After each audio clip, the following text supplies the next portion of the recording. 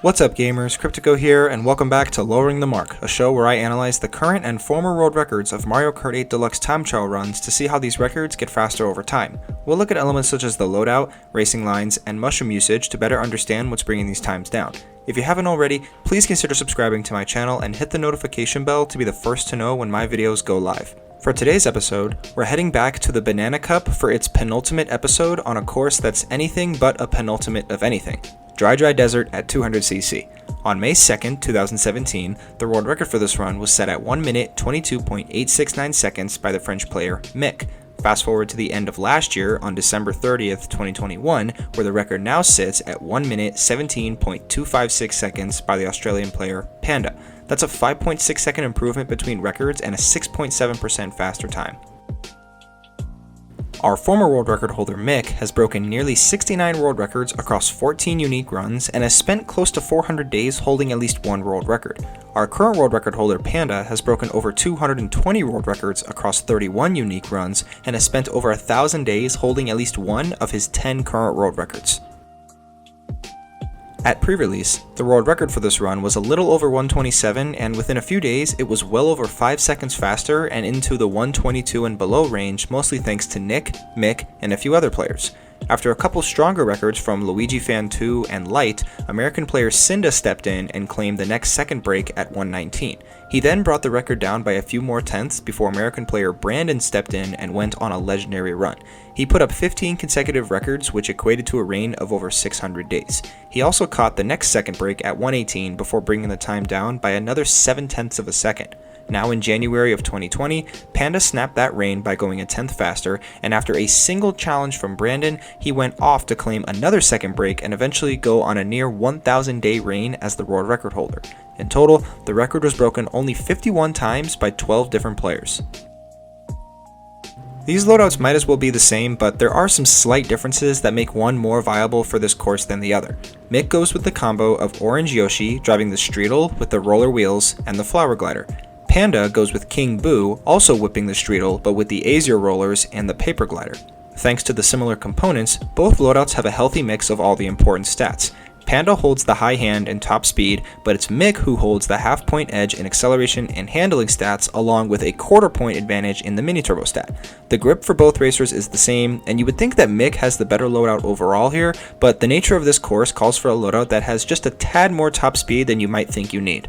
Here we are back on good old boring AF Dry Desert. Now again, the course layout isn't bad, but the color scheme and the desert theme don't scream "this is a fun course" to me.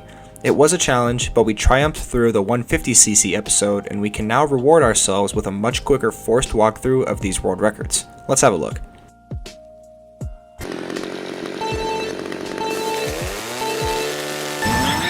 Mick hits a rocket start before bearing right for the first turn. He'll chain a super, then normal mini turbo before this no item shortcut through this little bit of dirt. After that, he'll use his first mushroom to cut out this large turn as he makes his way to the end of S1. Panda also hits the rocket start, but fits in this quick mini turbo before bearing right for that same super mini turbo. After chaining a normal one, he too goes for the Nisk and closes out the section with that same mushroom cut through the dirt. Pretty similar approach by both racers, but the reason Panda comes out ahead is his Nisk was slightly faster than Mick's. That paired with the higher top speed gives him a near 4/10 of a second lead going into S2. Fresh off the super mini turbo and mushroom cut, Mick drifts around the right side of the pit and grabs 4 coins plus a quick mini turbo. He'll then chain that with this long, wide super mini turbo all the way up to the water at the end of this section.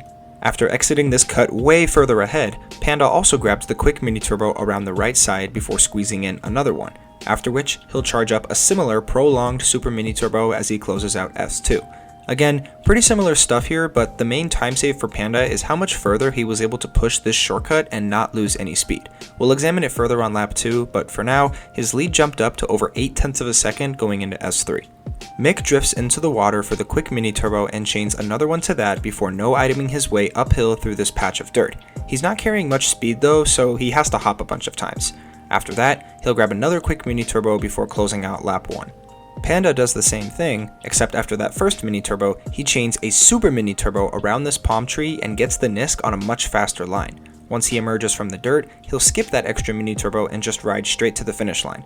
It's pretty rare to see both racers run an entire lap so similarly, but as we saw again in S3, Panda had employed yet another major time save via the super mini turbo through the NISC. That shot his lead up to 2 whole seconds after lap 1.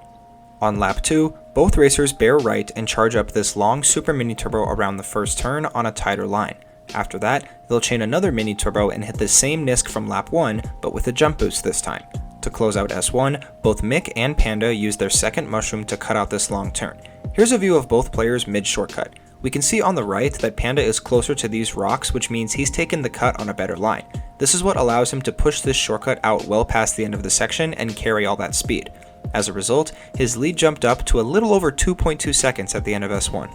Through S2 on lap 2, Mick drifts into the pit bearing right for a quick mini turbo. He then chains that with this extra long super mini turbo he'll get just before the water at the start of S3. Panda detracts from his line and immediately realigns for that same quick mini turbo through the pit. Once he comes out, he sneaks in this quick mini turbo before similarly charging up that same long super mini turbo before the end of the section. The time save for Panda this time is actually his higher top speed. The track is basically straight from the end of that shroom cut up to where the turn actually turns, and Panda was able to widen his gap over Mick because of that. He's ahead now by 2.6 seconds at the end of S2.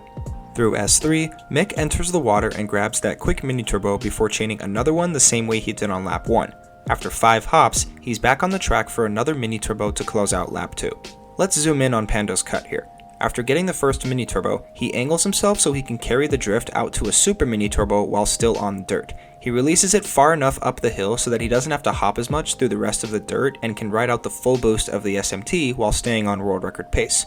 After that, he'll close out the lap with another quick mini turbo and his lead will increase to over 3.5 seconds after outsplitting Mick by 1.5 seconds.